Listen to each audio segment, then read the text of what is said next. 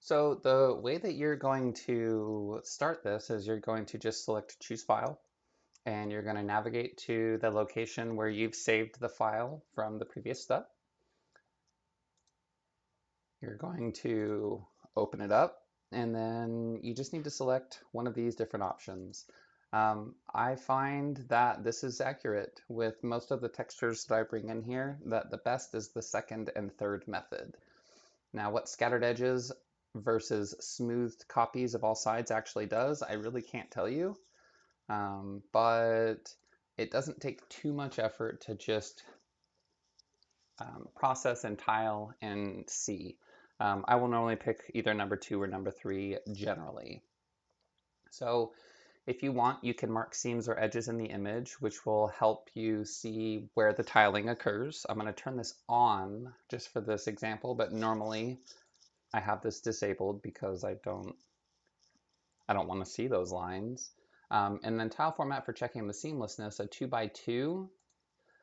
This is just, again, it's just a file that will literally, it'll create from the image that you upload, it will tile together in something like what we see up here, as a way for you to check and verify that it has given you what you're asking for or what you want. And then the rest of this is just little fine tuning stuff. Generally speaking, I don't really pre-crop the image or anything. And I don't personally, with the wood grains and stuff that I work with, I do not find that using this pre-averaging of dark and light areas is ever successful. It kind of just ruins the image in my experience. And then output image format, right? Obviously, you can whatever you want, whatever works for you. I don't think this needs to be a perfect image because again, we're rendering on cabinets, and when we're looking at the cabinets, we're generally looking at a room of them, and the detail is really not, it's really not good enough for you to be able to see little minor inconsistencies. So from here, it's actually pretty easy. You just click OK, and we wait for just a brief moment. And from here, you can either download the process texture, which is what I do once I've confirmed that it is what I want it to be. And you'll notice up here, what they actually do with your image is it gets kind of like reduced in size. And this probably has something to do with me converting from a PNG to a JPEG, but I don't know. Either way, though, the image is much smaller. And again, remember what I was saying before, if you're just manually copying and flipping your image, you're actually increasing the size of that image a lot.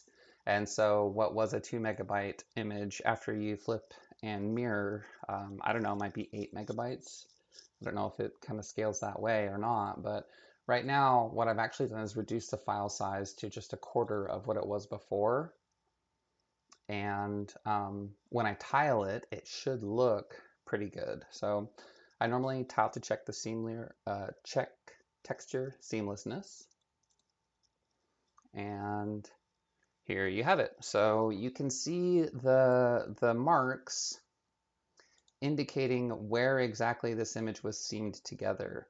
And you see, maybe a little bit of something here, a little bit in here, but really it's done an exceptional job of kind of just merging all of this stuff together. And I'm going to be honest, it almost looks like the image from top to bottom is perfect. I'm not really sure how they managed to get it to look so good, but now we've got an image that tiles perfectly every single time and is much smaller. So from here, you don't want to save this image. You want to go back.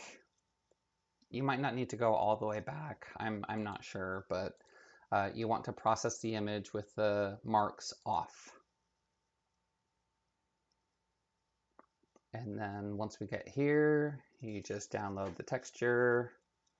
And from there, you will, I don't like the name they give it. Obviously, that's not a great name for me. I rename it and store it in my Cabinavision folder, and, or rather in a textures folder that I keep on my computer, and then from there I import the texture into Cabinavision. We'll go through that next.